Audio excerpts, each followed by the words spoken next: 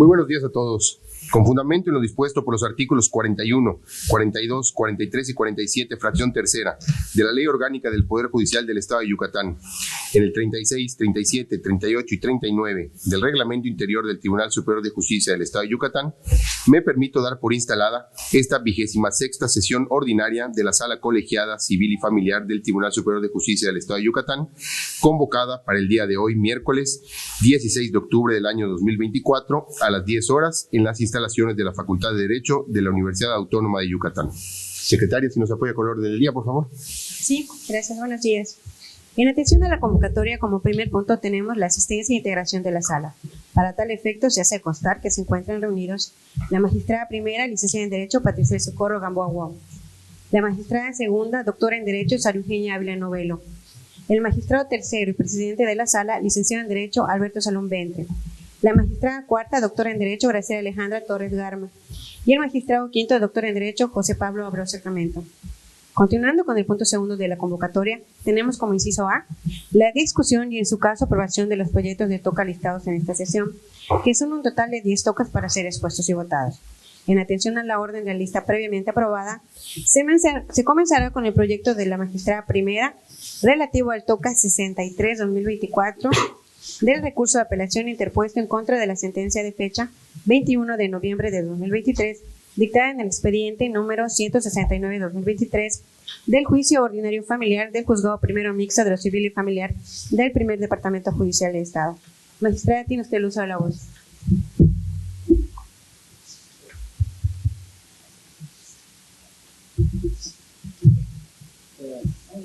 Empezamos. Buenos días.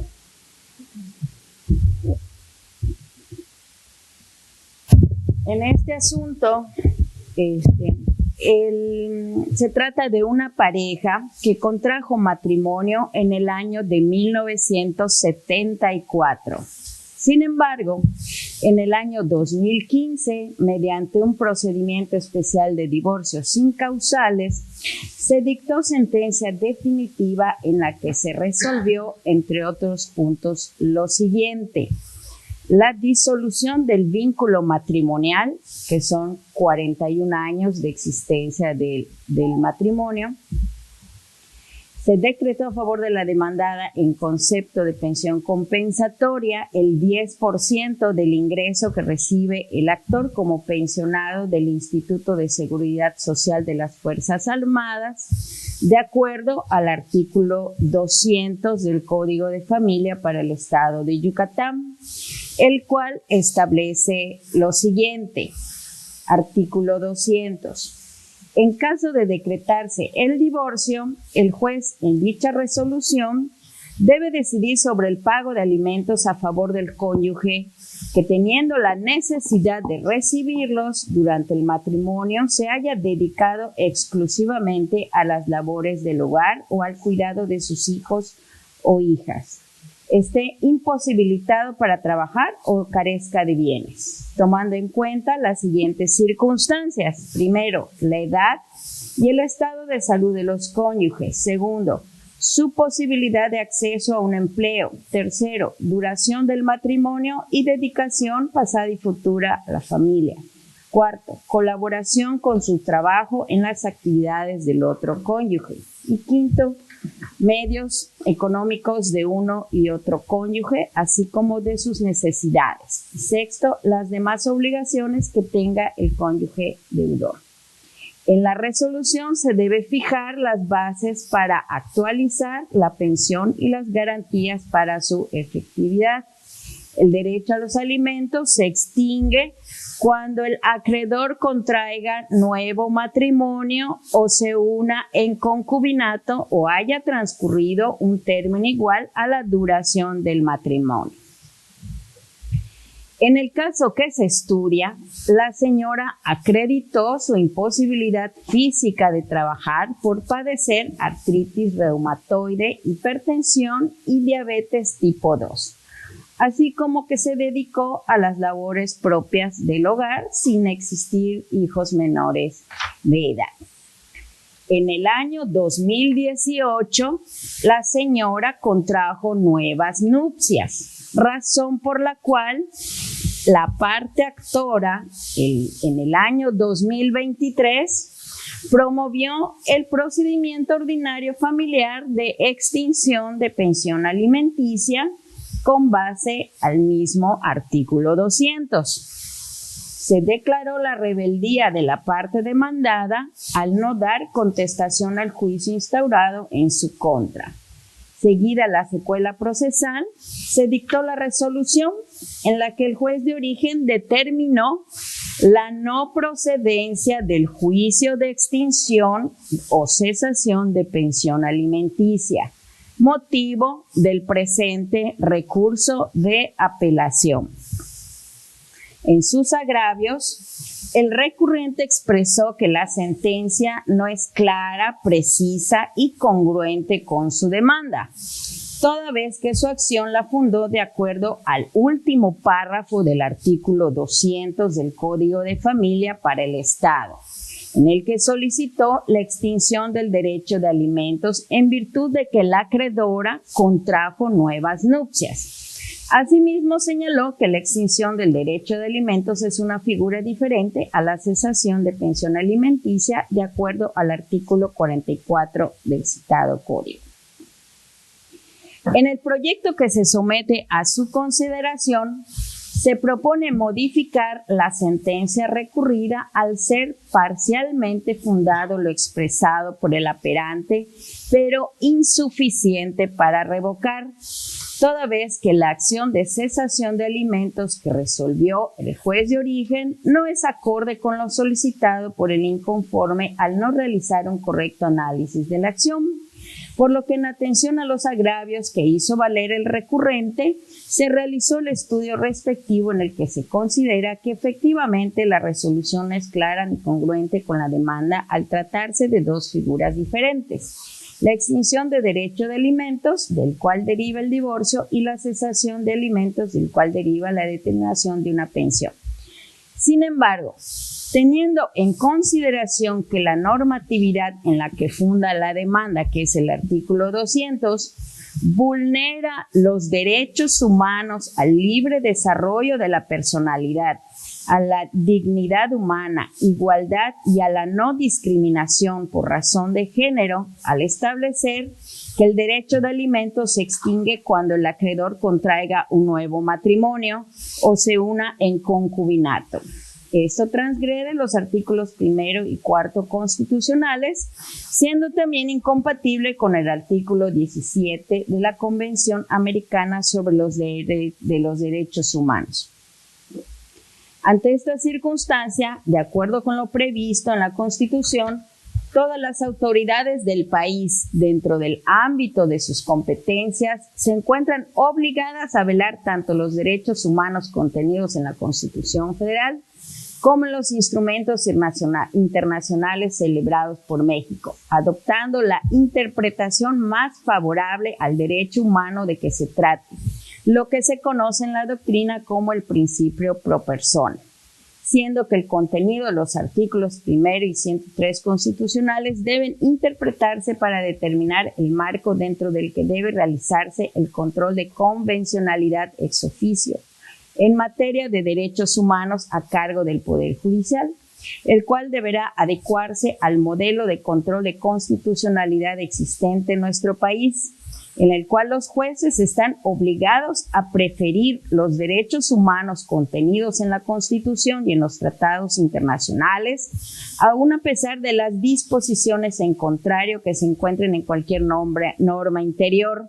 en el que, si bien es cierto, no pueden hacer una declaración general sobre la invalidez o expulsar del orden jurídico las normas que consideren contrarias a los derechos humanos contenidos en la Constitución y en los tratados, sí están obligados a dejar de aplicar normas inferiores, dando prioridad a las contenidas en la Constitución y en los tratados en la materia.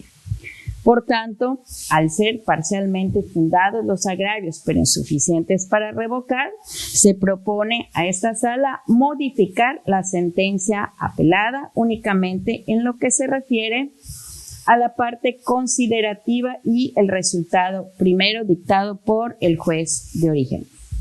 Secretaria, por favor. Se procede a solicitar el sentido de la votación. Secretaria, si me permite el uso de la voz. Claro. Gracias. Quisiera anunciar un voto concurrente en este asunto. Estoy a favor del sentido del proyecto, pero apartándome de algunas consideraciones que en él se plasman. De manera particular, quisiera plantear una reflexión alrededor de la razonabilidad de la pensión alimenticia compensatoria. Según el precedente que la propia sala tiene respecto a la pensión alimenticia compensatoria, esta pensión pretende que el cónyuge más favorecido en lo económicamente apoye a el menos favorecido, siempre y cuando con motivo haya un motivo de dedicación a las labores del hogar y la familia, y esta dedicación haya generado una imposibilidad para hacerse de una independencia económica a la otra persona. De manera que, mediante la pensión alimenticia compensatoria, se otorgue un ingreso suficiente hasta en tanto se encuentren posibilidades de proporcionarse a sí misma los medios necesarios para su subsistencia. Y a partir de ello, quiero llamar la atención a la tesis aislada en la que se apunta el proyecto, que establece bajo el rubro pensión compensatoria, la pensión normativa en tanto viva honestamente y no contraiga nupcias, prevista en el artículo 162 del Código Civil para el Estado de Veracruz, genera discriminación indirecta por razón de género, por lo que es incompatible con el artículo 17 de la Convención Americana sobre Derechos Humanos. Y es que al leer el texto de dicho precedente, se puede identificar que los hechos que se analizaban en ese caso, a mi parecer, eran distintos a los que nos ocupan.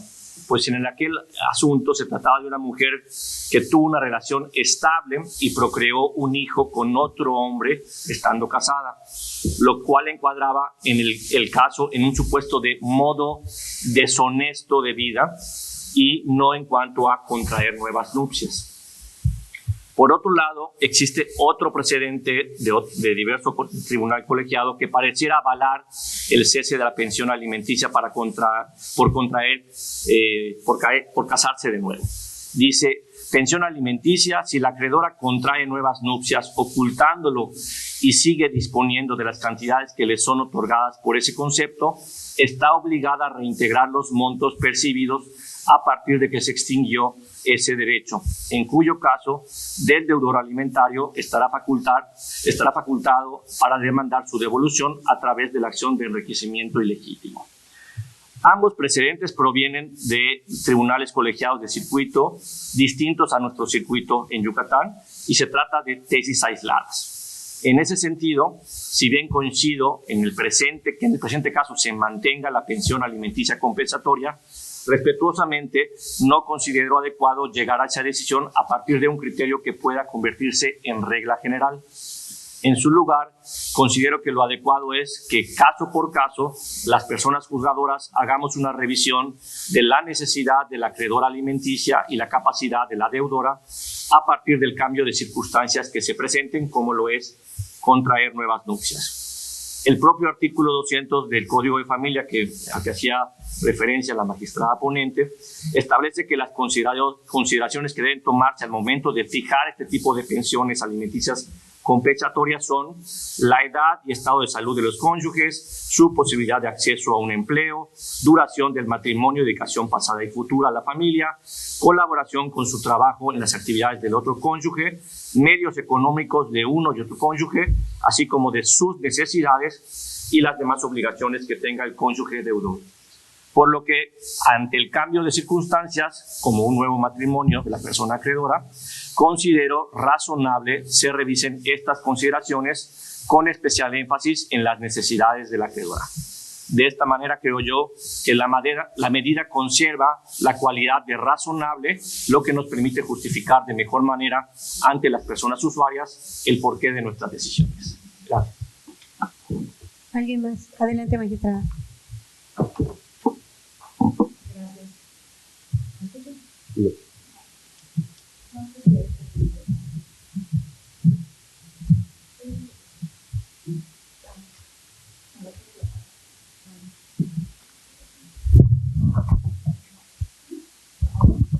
Gracias.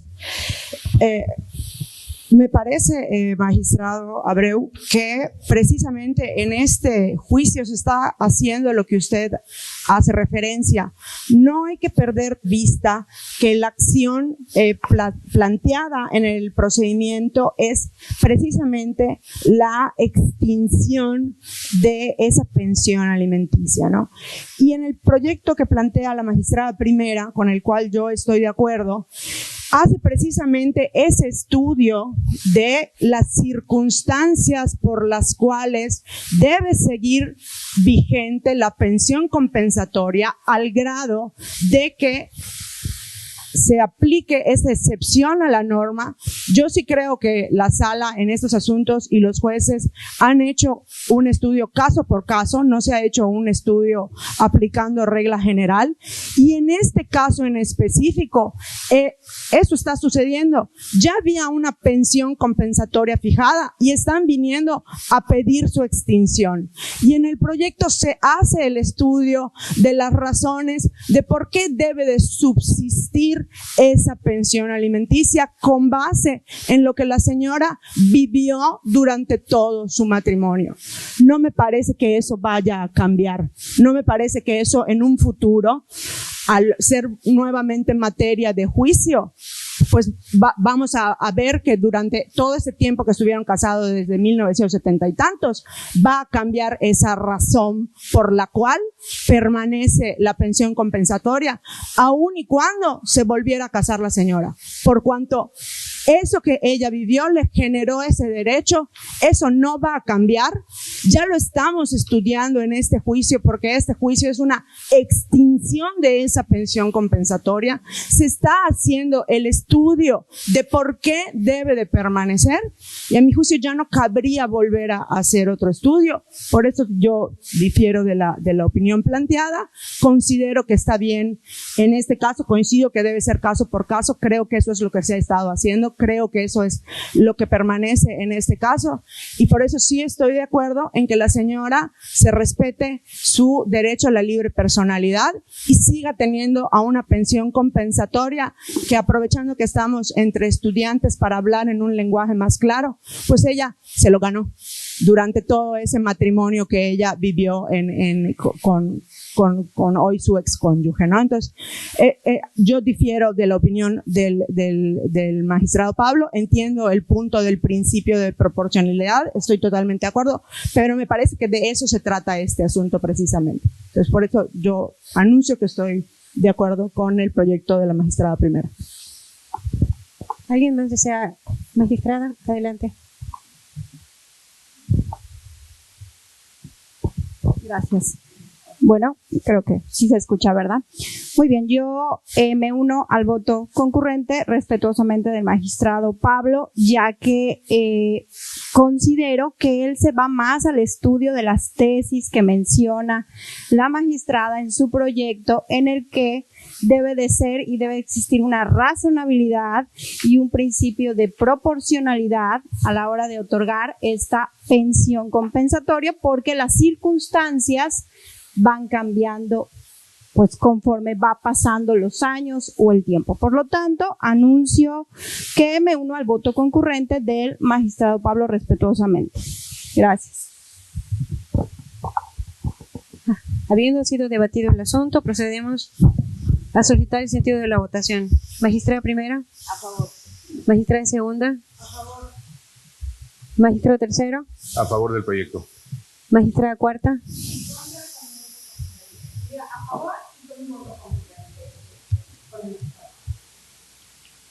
Magistrado quinto. A favor, y anuncio voto concurrente. Teniendo 5 votos a favor con el sentido de modifica, y se propondrá un voto concurrente del magistrado quinto y cuarto.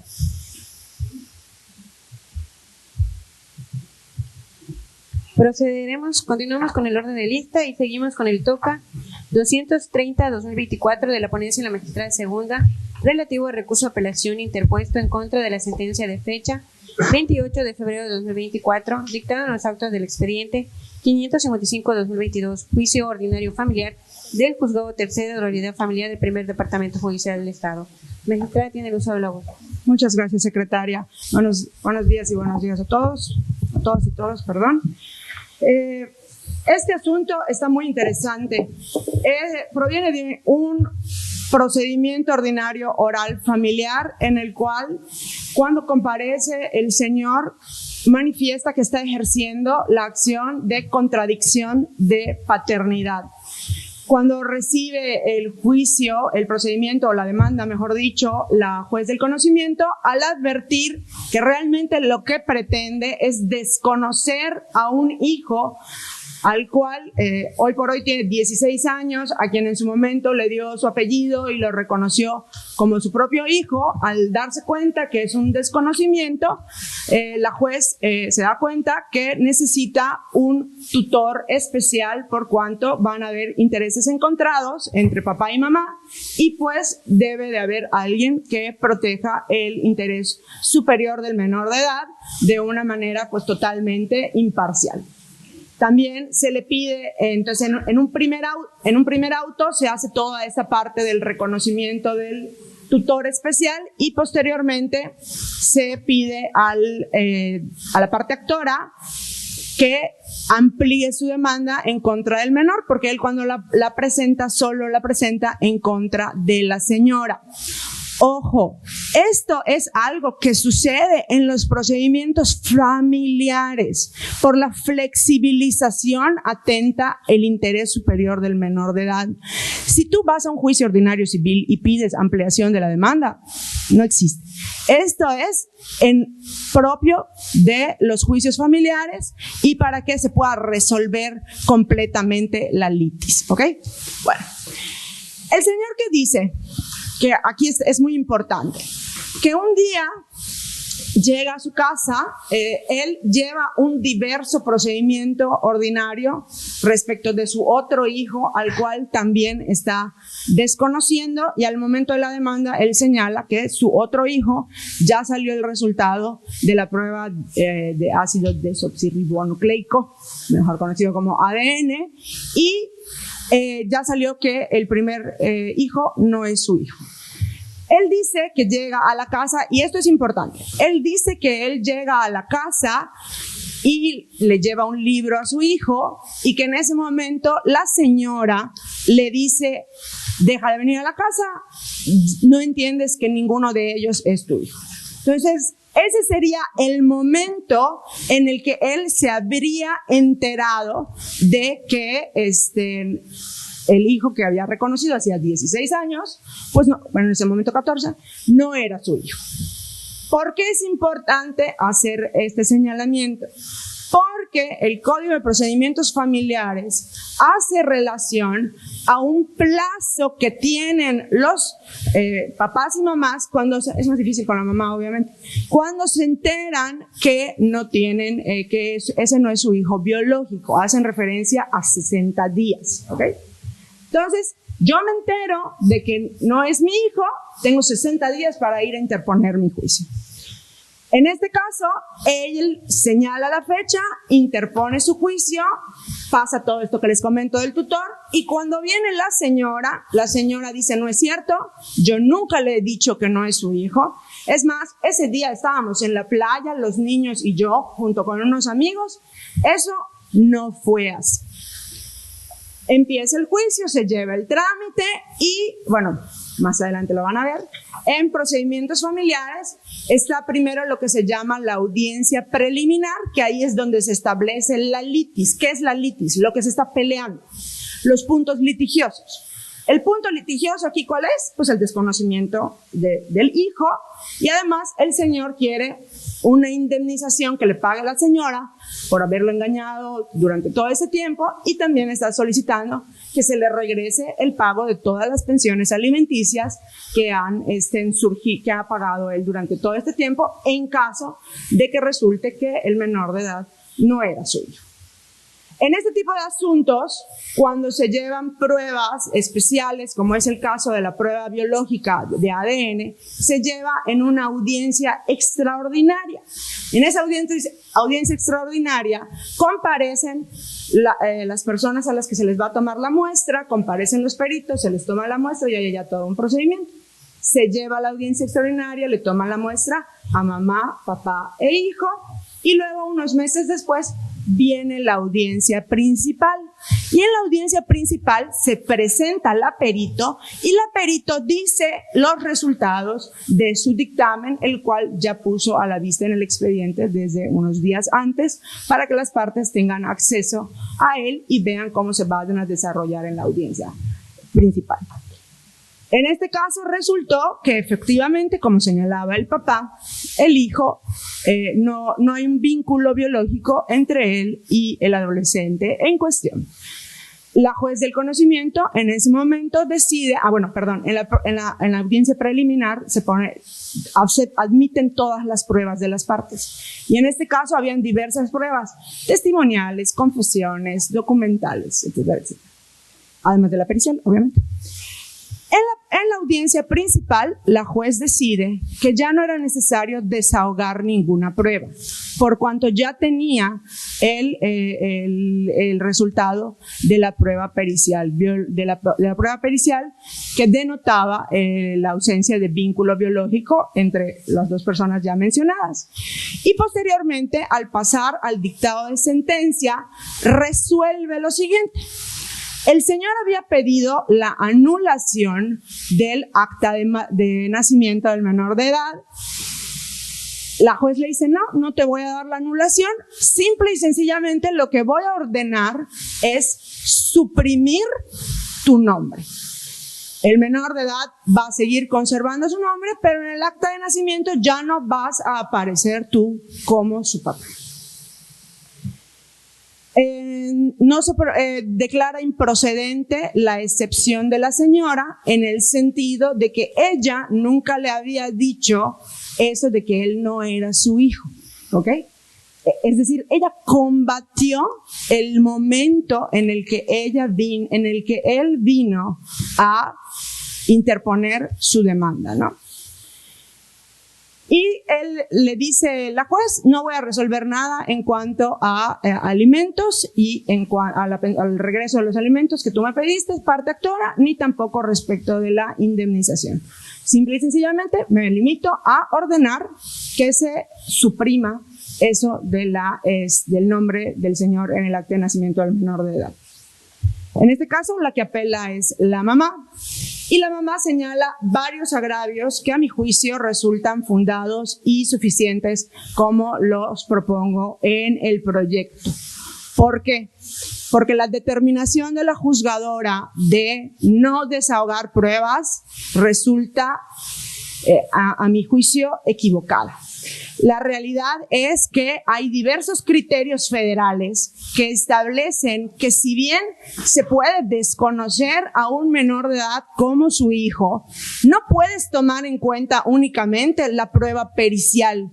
Tienes que tomar en cuenta otros factores. Y en este caso destaca que la señora hizo valer esa impugnación respecto del momento en el cual el señor ejerció su acción. Y esto no fue debidamente estudiado en la sentencia. No pudo haber sido debidamente estudiado porque no se desahogaron las pruebas. Y al no haberse desahogado las pruebas, a mi juicio, se actúa en perjuicio del interés superior del menor de edad, tomando una determinación que debía de ser estudiada con mayores elementos. Se debieron haber permitido el desahogo de las testimoniales, se debieron haber permitido el desahogo de las confesiones y las declaraciones de parte. Y una vez tomando en consideración todo eso, la juez debió ya de haber dictado sentencia. Pero de acuerdo a diversos criterios federales, sobre todo relacionados con la caducidad del plazo, caducidad, no prescripción, por cuestión de, busquen esta tesis, está muy interesante, caducidad para impugnar la paternidad. Precisamente con base en ese criterio, no podía hacer nada más basándose en la prueba de ADN. Por lo tanto, mi propuesta es la siguiente: declarar insubsistente, dejar insubsistente la sentencia de primer grado, a juicio de reponer el procedimiento en el cual la juez deberá de desahogar las pruebas de todas las partes, desahogar las pruebas que ofreció la parte actora, la parte demandada y el tutor especial del menor de edad. Asimismo, la señora hizo unas alegaciones respecto de la prueba pericial. Me parece que no le asiste la razón. La prueba pericial estuvo bien hecha, se siguieron los pasos que demarca la normativa. En esa parte de su juicio sus agravios serían infundados. La prueba pericial va a permanecer en su resultado, que ya tenemos que es negativo, pero es imprescindible que la juez desahogue todas las demás pruebas. Asimismo, debe implementar la juzgadora las medidas necesarias para realizar una prueba pericial psicológica en la persona del menor de edad, con el objeto de obtener diversas informaciones respecto de su identidad y respecto de cómo es la relación con quien toda la vida él había reconocido como su padre. Asimismo, se deben de girar oficios a diversos juzgadores que tienen otros procedimientos relacionados. Y una vez que se haya hecho todo lo anterior, deberá dictarse una nueva sentencia que debe considerar todas las pruebas, los criterios federales a los que se hace referencia en la resolución.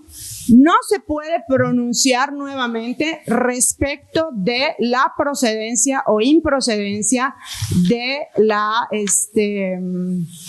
indemnización y el regreso de las pensiones alimenticias. ¿Por qué? Porque aquí la que impugnó fue la señora, no impugnó el señor. Él consintió ese acto. Entonces, cuando la juez estudie, no va a pronunciarse respecto de esas acciones porque él consintió que no procedan. Entonces, en ese sentido, insisto, dejar insubsistente la sentencia, que realice todas estas diligencias y que dicte una nueva con libertad de jurisdicción en cuanto a la impugnación de la paternidad. Esa sería la propuesta. Procedemos a solicitar el sentido de la votación. Magistrada primera. A favor. Magistrada segunda. A favor. Magistrado tercero. A favor. Magistrada cuarta. A favor. Magistrado quinto. A favor. Teniendo 5 votos a favor, se aprueba el proyecto del TOCA 230-2024 y se declara dejar insubsistente y reponer el procedimiento por unanimidad. Continuamos con el TOCA 411-2024 de la ponencia del magistrado tercero relativo al recurso de apelación interpuesto en contra del auto de fecha 6 de mayo de 2024 del expediente 80-2023 relativo a las diligencias de jurisdicción voluntaria del Juzgado Segundo de la Unidad Familiar del Primer Departamento Judicial del Estado. Magistrado, tiene el uso de la voz. Muchas gracias, secretaria.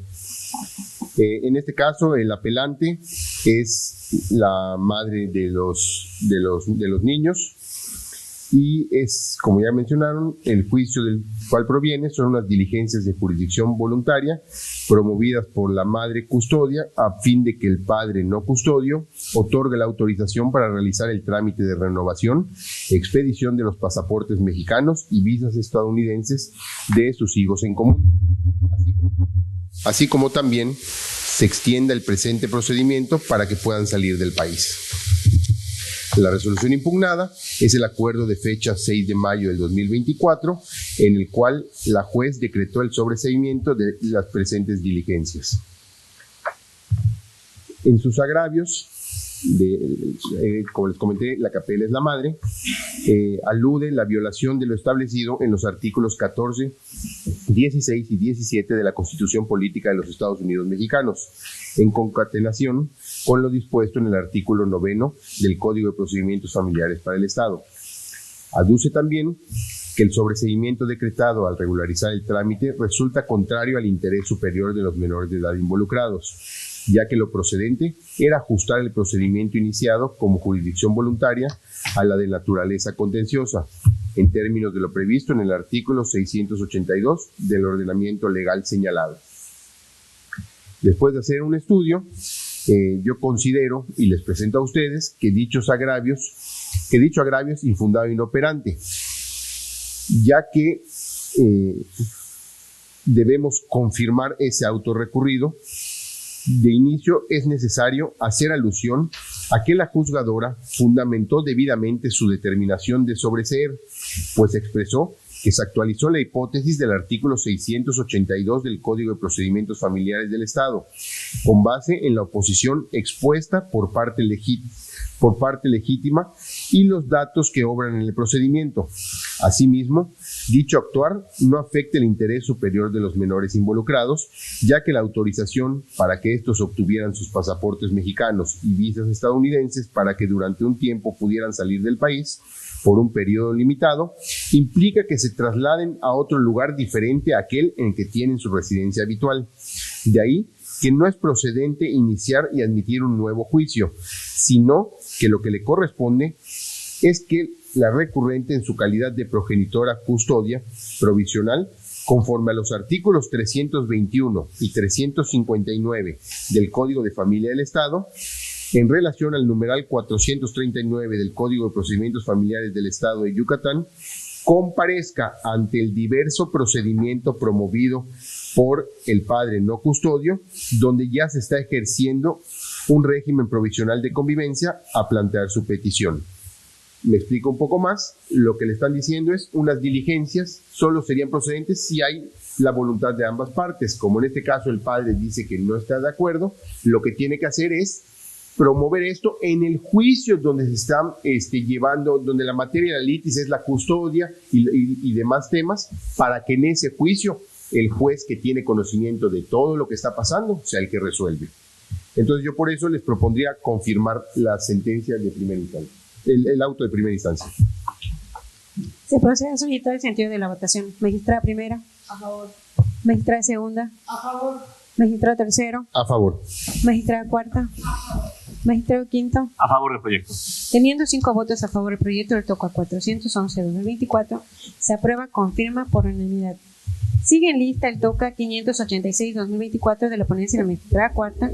No obstante, la ponente consideró retirarlo para un mayor estudio. Por tanto, nos continuamos con el TOCA 268-2024 de la ponencia del magistrado quinto, relativo al recurso de apelación interpuesto en contra de la sentencia de fecha 19 de septiembre de 2023, dictada en los autos del expediente 337-2023, diligencias de jurisdicción voluntaria con tramitación especial del Juzgado Tercero de lo Civil y Familiar del Primer Departamento Judicial del Estado. Magistrada, tiene el uso de la voz. Gracias, secretaria. Este es uno de los asuntos más usuales que nos llegan al Poder Judicial. Los hechos alrededor del caso es una pareja tuvo a una hija, la pareja se separa y en este asunto la mujer promueve diligencias de jurisdicción voluntaria para que el padre otorgue alimentos en favor de la menor de edad. La juez, al dictar sentencia, fija alimentos provisionales a favor de la menor de edad involucrada. E inconforme con esta decisión, el padre apela la resolución. En sus agravios, plantea 3 agravios en particular. El primero es que la sentencia de primera instancia no está debidamente fundada y motivada. La segunda está relacionada con que la persona juzgadora no recabó los elementos necesarios para fijar la pensión alimenticia.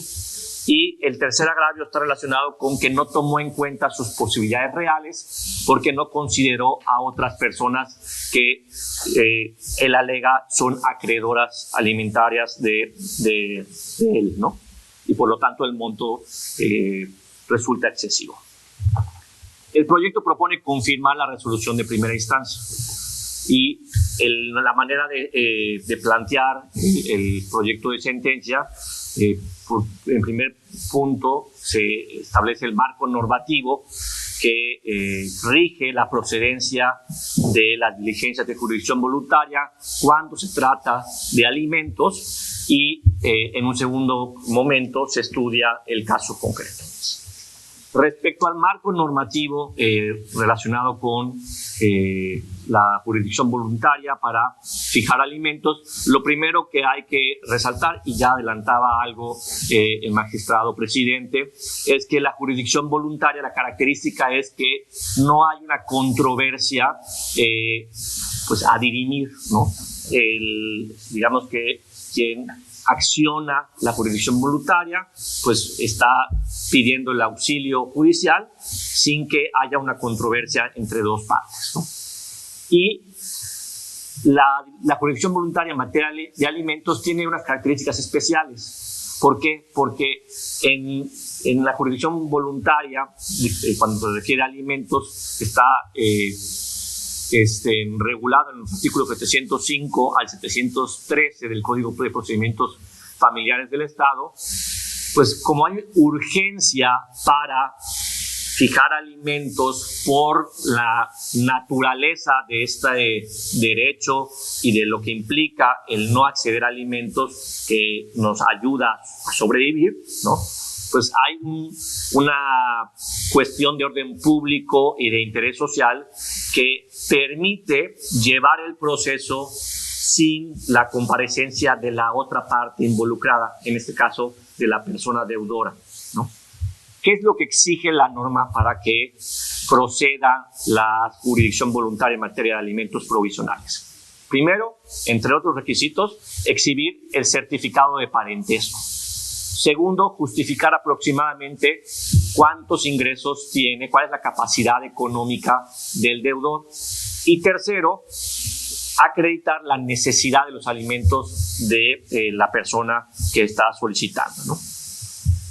En el caso en concreto, el proyecto propone declarar infundado el primer agravio relacionado con la fundamentación, con la falta de fundamentación y motivación. ¿Por qué? Porque la persona juzgadora, en primera instancia, sí pues señaló cuál era el fundamento, es decir, la norma que aplicaba al momento de resolver el por qué sí procedían los alimentos, y también motivó con razonamientos y argumentos, evaluando pruebas, el por qué debía de fijarse esa cantidad. El segundo agravio también se propone declarar infundado, y estaba relacionado, nada más para recordar, con que el juez no recabó elementos suficientes para acreditar la necesidad y el caudal. Y en este sentido, pues el apelante se equivoca, porque el juez de primera instancia recabó diversos oficios. Le pidió al registro civil certificado de descendencia y en el que se constató que es la única acreedora, la hija en cuestión. Segundo, también se solicitó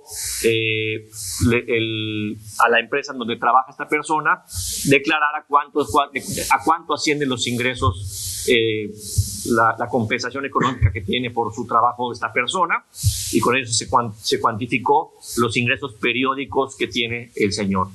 Y tercero, se solicitó al Registro Público de la Propiedad y Comercio igual informar si tenía bienes inmuebles registrados a su nombre, que en este caso no tuvo ningún bien inmueble registrado a su nombre. Además, el juez tomó en cuenta su edad. En el presente caso es una persona bastante joven, y con base en todo esto se pudo considerar la capacidad económica, ingresos, propiedades, otros dependientes que pudiera tener el señor.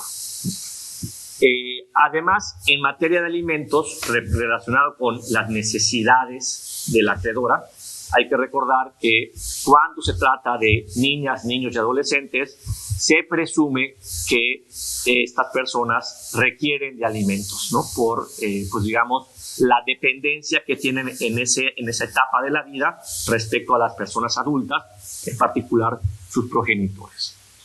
Y finalmente, el proyecto igual propone declarar inoperante el agravio en cuanto a que el juez no tomó en cuenta a los demás acreedores del demandado. Primero, porque pues esta afirmación que hace el apelante en su apelación pues es genérica, no combate los motivos de la resolución que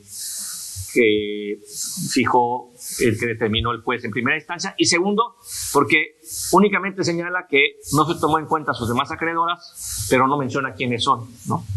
De cualquier manera, en el proyecto de sentencia se le recuerda a este señor que es criterio del tribunal que está justificado en diligencias de jurisdicción voluntaria que el deudor alimentario no sea llamado a juicio porque, como les explicaba, la jurisdicción voluntaria no implica un conflicto y se le reservan sus derechos para que, si es su intención, pueda ejercerlos por la vía ordinaria y ahí pueda entonces entrar en controversia para pues demostrar o tratar de demostrar las tensiones que ha señalado. Por lo tanto, reitero, el proyecto propone confirmar la resolución impugnada. Procedemos a solicitar el sentido de la votación. Magistrada primera. A favor. Magistrada segunda. A favor. Magistrado tercero. A favor. Magistrada cuarta. A favor. Magistrado quinto. A favor del proyecto. Teniendo 5 votos a favor, el proyecto del TOCA 268-2024 se confirma por unanimidad. Seguimos con el TOCA 141-2024 de la ponencia de la magistrada primera relativo al recurso de apelación interpuesto en contra de la sentencia de fecha 30 de noviembre de 2023 deducido del expediente 192-2021 relativo al procedimiento especial de divorcio sin causales del juzgado séptimo de unidad familiar del primer departamento judicial del Estado. Magistrada, tiene el uso de la voz. Gracias, secretaria. En el año 2021, el señor aquí apelante promovió su procedimiento especial de divorcio sin causales en contra de su cónyuge, solicitando la guardia y custodia, pensión alimenticia, días y horas de visita para con su hijo menor de edad y la liquidación de la sociedad legal. De acuerdo a la secuela procesal, únicamente quedaron como puntos litigiosos la pensión alimenticia a cargo de él y la liquidación de la sociedad legal, siendo que la juez de primera instancia resolvió de la siguiente manera.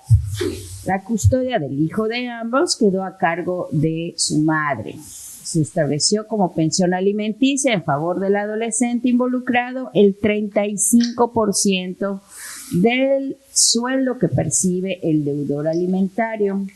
Se decretó el embargo de ese mismo sueldo por ese porcentaje, así como el depósito de 2 meses de pensión y, en caso de incumplir, la aplicación de una multa. En cuanto a la liquidación de la sociedad legal, siendo un predio adquirido a través del Infonavit, ambas partes quedaron como copropietarios y obligados a pagar el crédito hipotecario, considerando que fue el único bien que se obtuvo durante la vigencia del matrimonio. El señor presenta su apelación contra esta resolución. Considera que la juez de origen no analizó de manera adecuada el estudio de las probanzas aportadas y la información rendida por las autoridades, emitiendo una sentencia arbitraria e inequitativa en contra de su capacidad económica al condenarlo a pagar el 35% del total de su sueldo, dejándolo sin su sustento del mínimo vital. Que además de estar embargado el sueldo, resulta incongruente y arbitrario obligarlo a depositar la cantidad equivalente a 2 meses de pensión cuando ya se realizó el aseguramiento mediante el embargo del salario. En el proyecto que se estudia en relación a la liquidación de la sociedad, fue correcto por la juez al tomar en consideración únicamente el inmueble que se acreditó como parte de la sociedad legal, es decir, cuando ésta cumplía su finalidad de convivencia y ayuda mutua.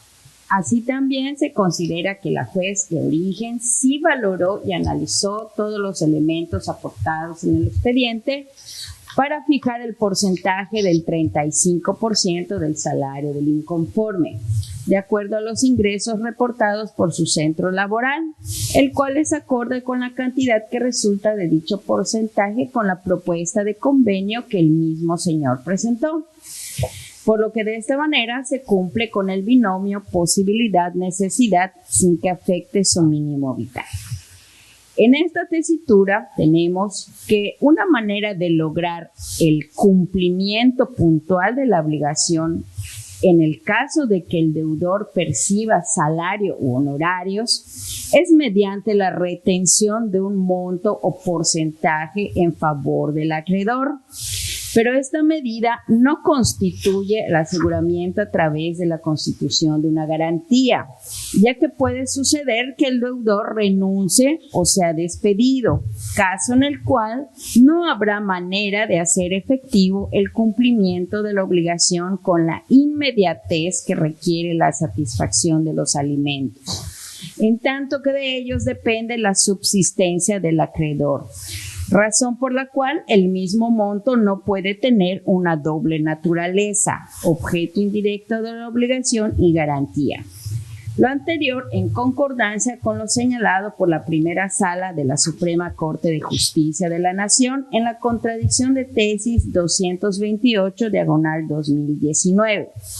Al concluir que en los juicios familiares en los que se demande pensión alimenticia y sea posible el cumplimiento de esta obligación mediante el descuento correspondiente al salario del deudor, es necesario que se constituya una garantía para lograr el aseguramiento de los alimentos, la cual puede consistir en hipoteca, prenda, fianza o depósito en cantidad bastante a cubrir los alimentos, o cualquier otra forma de garantía a juicio del juez que sea análoga y que resulte suficiente para asegurar el pleno cumplimiento de la obligación alimentaria.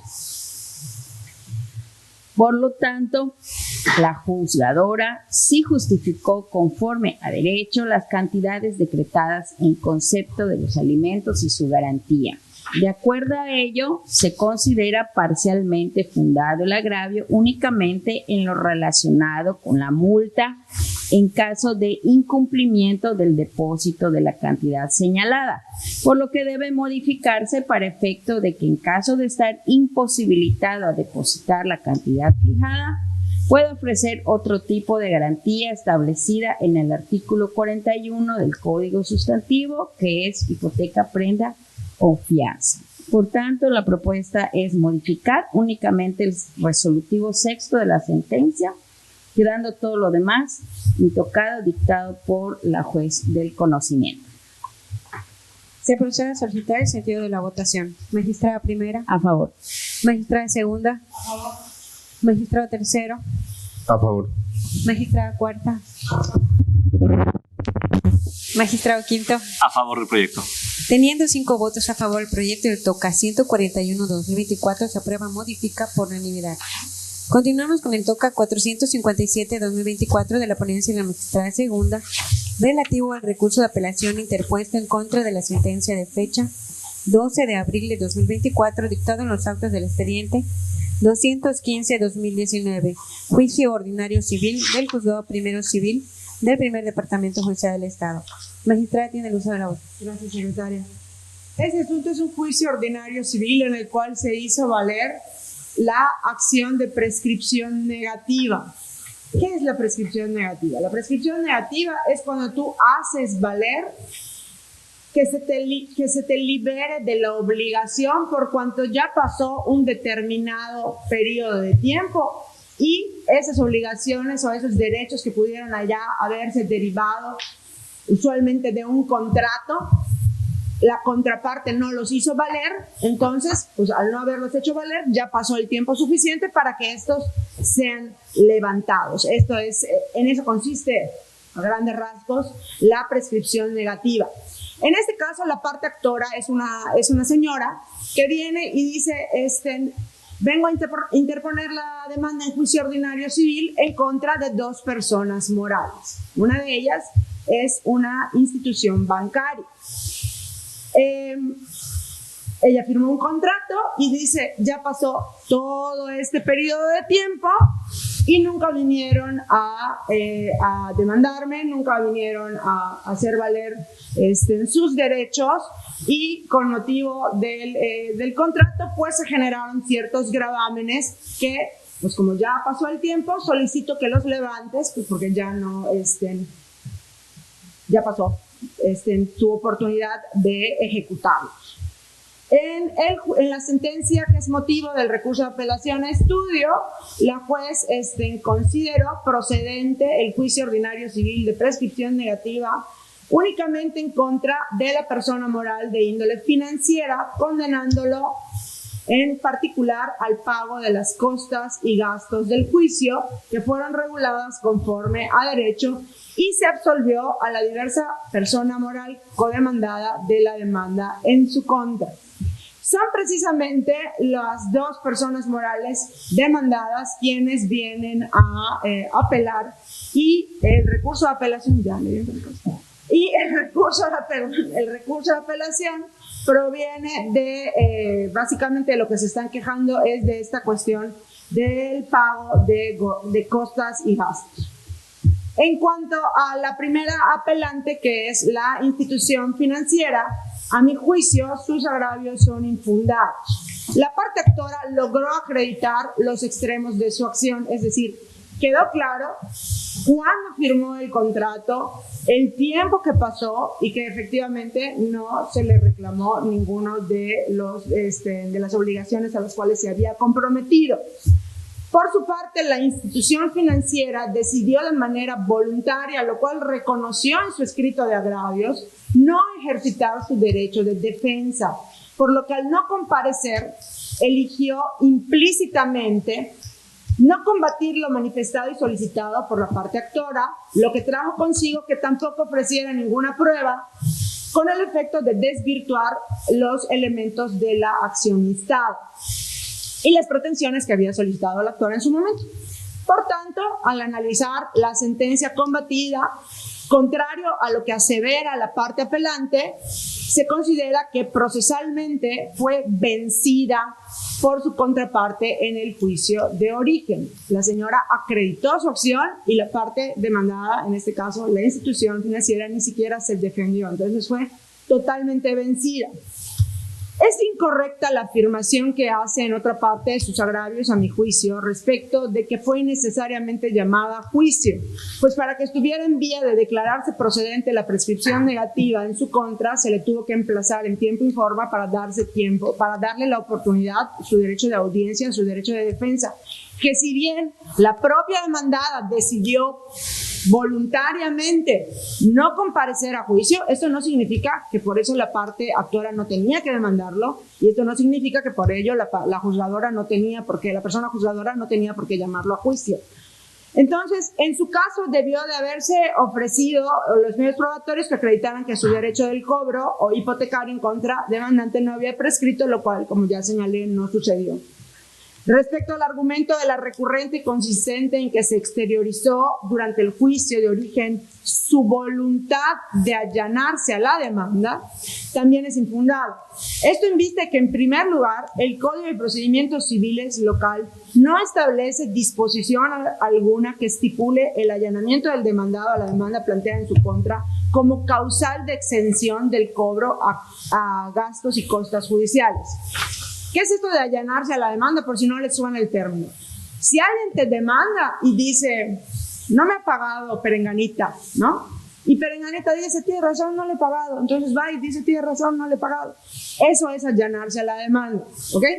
Pero nuestro código no dice que cuando en estos casos sucede, no por eso le voy a dejar de cobrar gastos y costas. Los gastos y costas son todo lo que se va generando en razón del procedimiento, que el pago de copias, que el pago de pruebas, que el pago de los abogados, todo esto es lo que se va generando durante el procedimiento, y obviamente quien promueve un juicio dice, pues que él me pague porque por su culpa estamos en juicio, ¿no? Bueno. En este sentido, pues, insisto, resultaría infundado lo alegado por cuanto el supuesto allanamiento no, en nuestro Código de Procedimientos no lo contempla como que no por eso no vas a pagar. Tiene un agravio en el cual solicita que se ejerza control difuso respecto del numeral 557 del Código Adjetivo de la materia, y de la lectura de así como de la revisión del escrito de agravios formulado por la parte demandada y apelante, no se observa que ésta hubiese formulado algún argumento en el que exponga de qué forma lo determinado en dicho numeral resulta contrario a algún artículo o derecho reconocido en nuestra Carta Magna, que conlleva ejercer el control de regularidad constitucional, concretamente al grado de desaplicar total o parcialmente el contenido de dicho dispositivo. Máxime que ante un asunto que se encuentra regido por el principio de estricto derecho, como es el derecho civil, no es posible ejercer suplencia de la queja a la sociedad apelante, efecto de hallar razón alguna para no avalar la presunción de constitucionalidad de dicho numeral, esto acorde con la interpretación conforme que este tribunal de alzada le otorga. Aquí quiero hacer un pequeño paréntesis. Ustedes son muy jóvenes, la mayoría, todos. En 2011 vino una reforma muy importante que fue la reforma de derechos humanos, que cambió por completo el paradigma del sistema de justicia en nuestro país. ¿Ok? Le permitió a los juzgadores del fuero común como nosotros somos tribunal local, somos Poder Judicial del Estado, estudiar ciertas cuestiones constitucionales que antes estaban reservadas únicamente al Poder Judicial Federal, a los tribunales colegiados y a los juzgados de distrito. Esta reforma permitió lo que este señor pretende hoy que se haga, que es el control difuso. Cuando viene esta, vamos a decirle, ola de la cuestión de los derechos humanos, todo el mundo venía y decía, no, me tienes que hacer control difuso, me tienes que hacer control difuso. Y empieza a haber una serie de criterios de los tribunales en todo el país, fue algo que no solo sucedió en Yucatán, sino también sucedió en todo el país, donde, bueno, cuándo yo puedo hacerlo y cuándo no. Y poco a poco, con el paso de los años, la Suprema Corte y los demás órganos del Poder Judicial Federal nos fueron dando pautas de cuándo aplicar ese control difuso. Ese control difuso, en este caso, que está solicitando la parte apelante, no cumple con esos requisitos. Por lo tanto, a mi juicio, es infundado que nosotros realicemos eso. ¿Por qué? Porque no cumplió con los requisitos ya establecidos para que nosotros lo podamos hacer. Entonces, los agravios de la institución financiera, a mi juicio, resultan infundados. Paso ahora al recurso de apelación de la persona moral demandada que resultó absuelta en el juicio.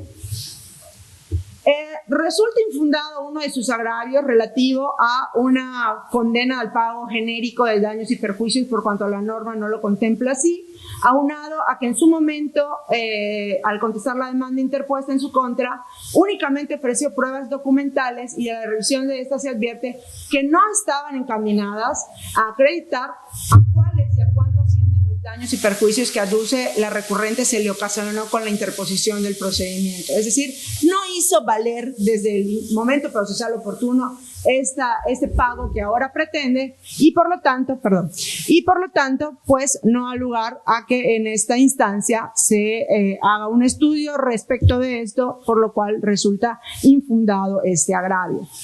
Ahora bien, el segundo de sus agravios sí es fundado. ¿Qué es esto de que sí es fundado? Sí le asiste la razón.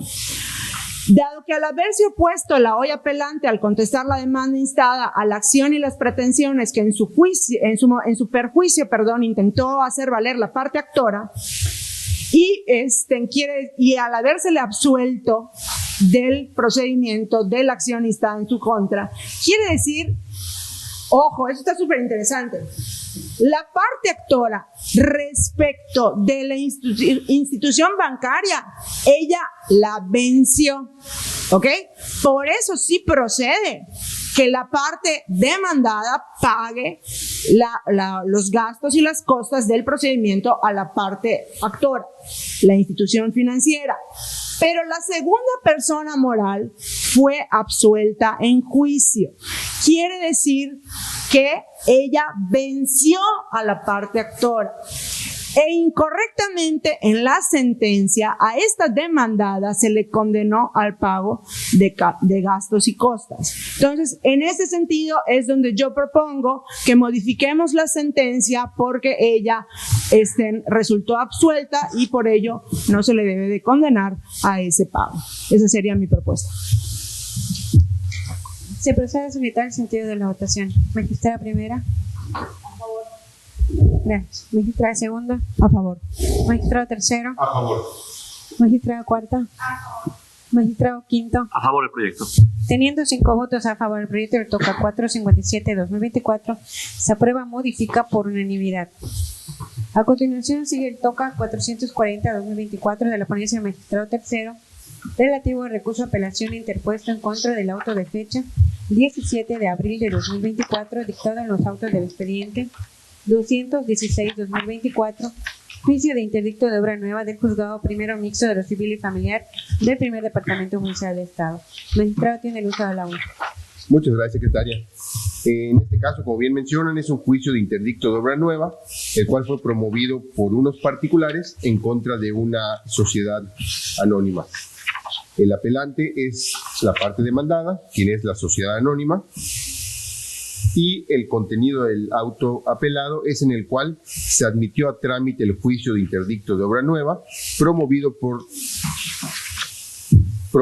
los promoventes, ordenándose notificar a la parte demandada e instruyéndose al actuario que se constituyera en la propiedad de aquella para que una vez habiendo dado fe de la obra nueva, notificara su suspensión.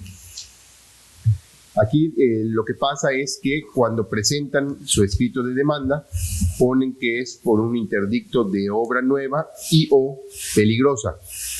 Aquí tenemos que tener claro que tenemos que aclararle siempre a la autoridad qué es lo que estamos promoviendo.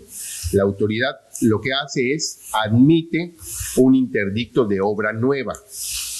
Viene el demandado y a través de su apoderado general en sus agravios invoca un solo agravio, pero con dos quejas. La primera es que la juez de primera instancia, al emitir el proveído impugnado, incurrió en una incongruencia porque admitió a trámite el presente asunto como interdicto de obra nueva, forma diversa a la pretendida por la parte actora en su escrito inicial.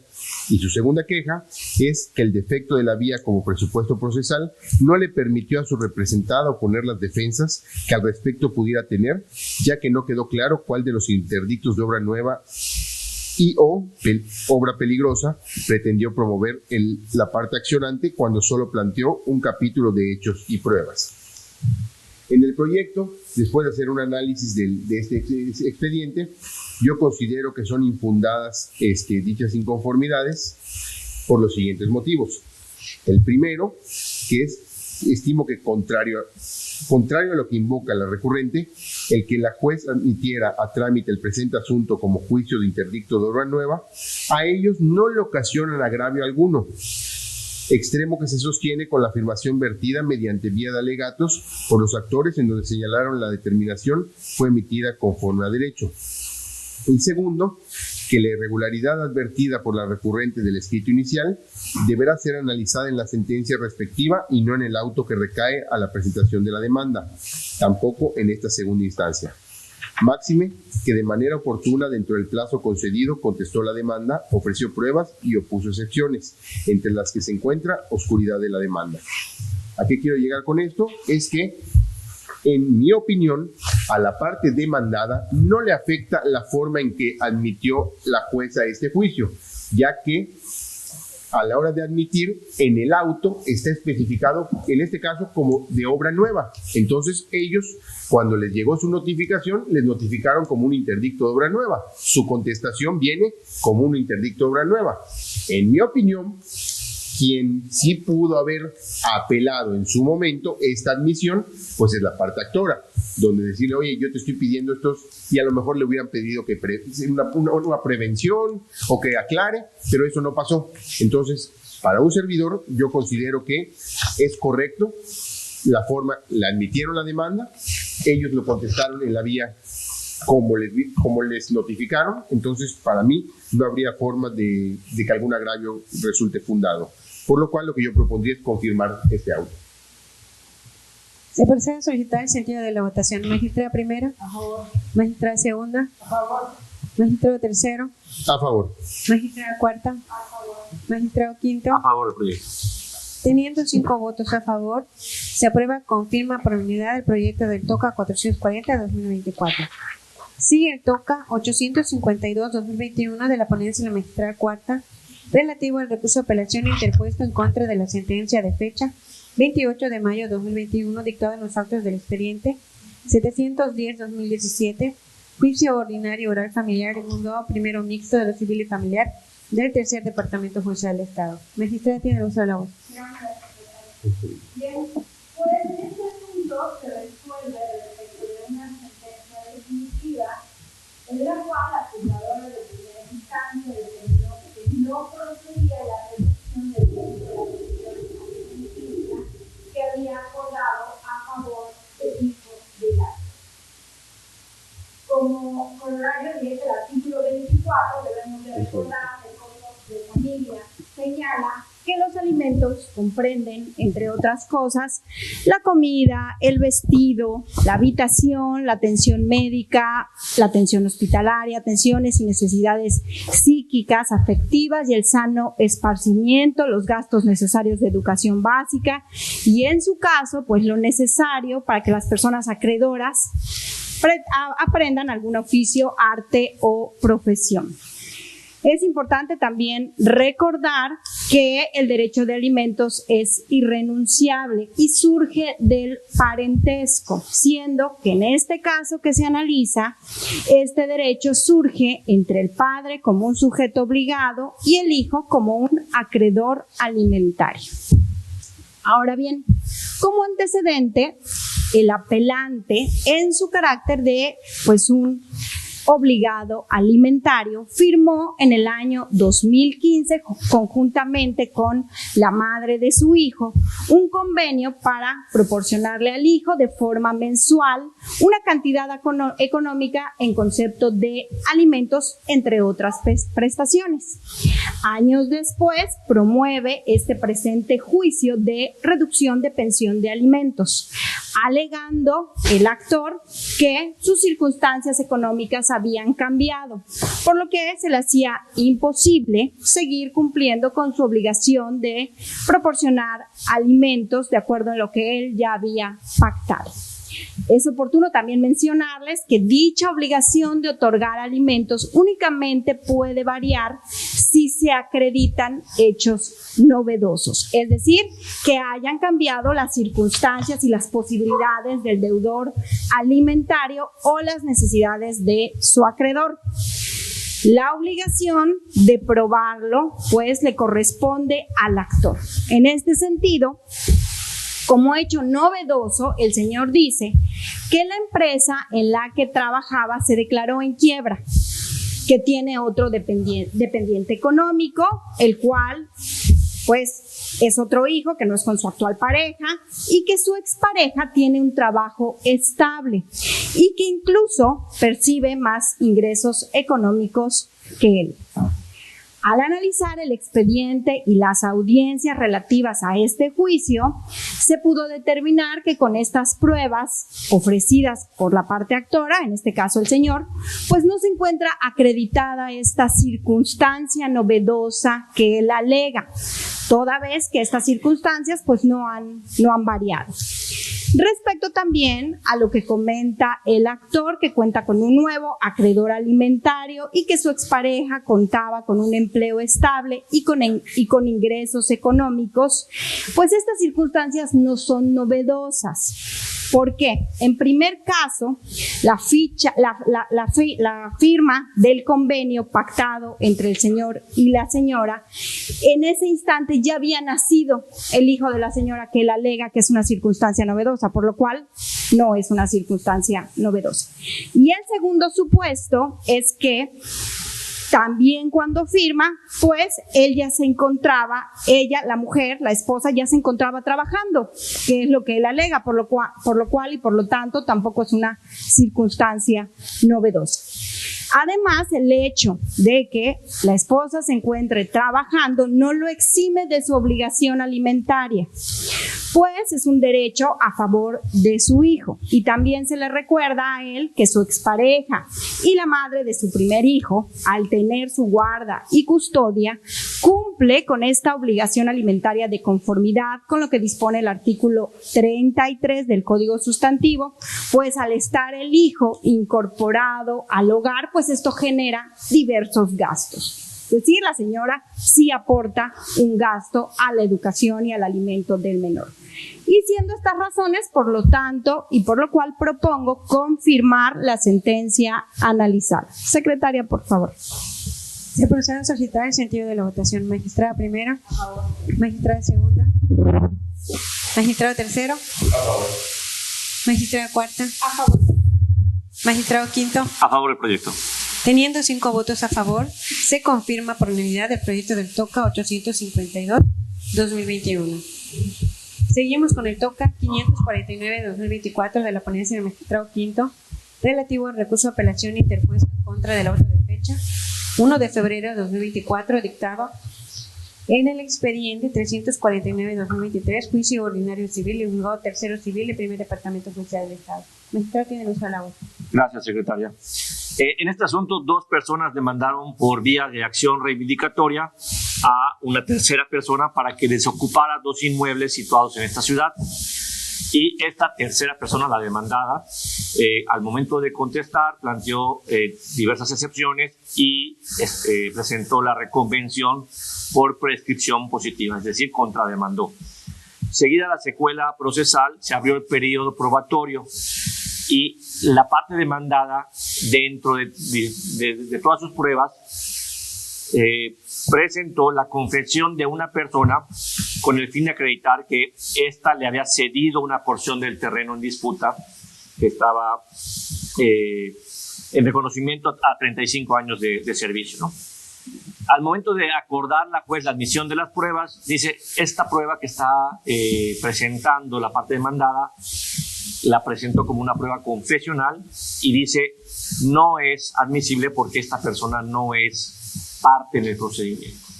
Y ante esta determinación, la parte demandada presenta su apelación. Y en su apelación, dentro de sus agravios, en esencia lo que dice es que los artículos del Código Procesal Civil en nuestro Estado, que regulan la prueba confesional, no imponen restricciones sobre la admisión de pruebas que limiten su desahogo relacionados con las partes involucradas en el procedimiento. Y por lo tanto, ella considera que debió haber sido admitida esta prueba. Y por otro lado, también señala que la decisión de la juez no fue debidamente fundada y motivada. El proyecto propone confirmar el auto impugnado y el estudio que se hace también se presenta a partir de la doctrina y marco normativo de la prueba de confesión, por un lado, y en un segundo momento el estudio del caso concreto. Respecto a la doctrina y marco de la prueba de confesión, hay que recordar que al momento de analizar la persona juzgadora las pruebas que son ofrecidas, debe considerar pues, los requisitos formales que se establecen en nuestros códigos. Particularmente relacionado con la prueba de confesión, el artículo 190 señala la naturaleza jurídica de la prueba de confesión y pues ahí se determina que un litigante propone que su contraparte sea interrogada respecto a la veracidad o falsedad de los hechos relevantes en el juicio. Además de este artículo 190, los artículos 166, 170, 198 del mismo código hablan de la contraparte, de el otro litigante y pues haciendo la interpretación sistemática queda claro que se habla exclusivamente pues de la parte que se opone en el proceso, es la que debe de ser sujeta a una prueba confesional.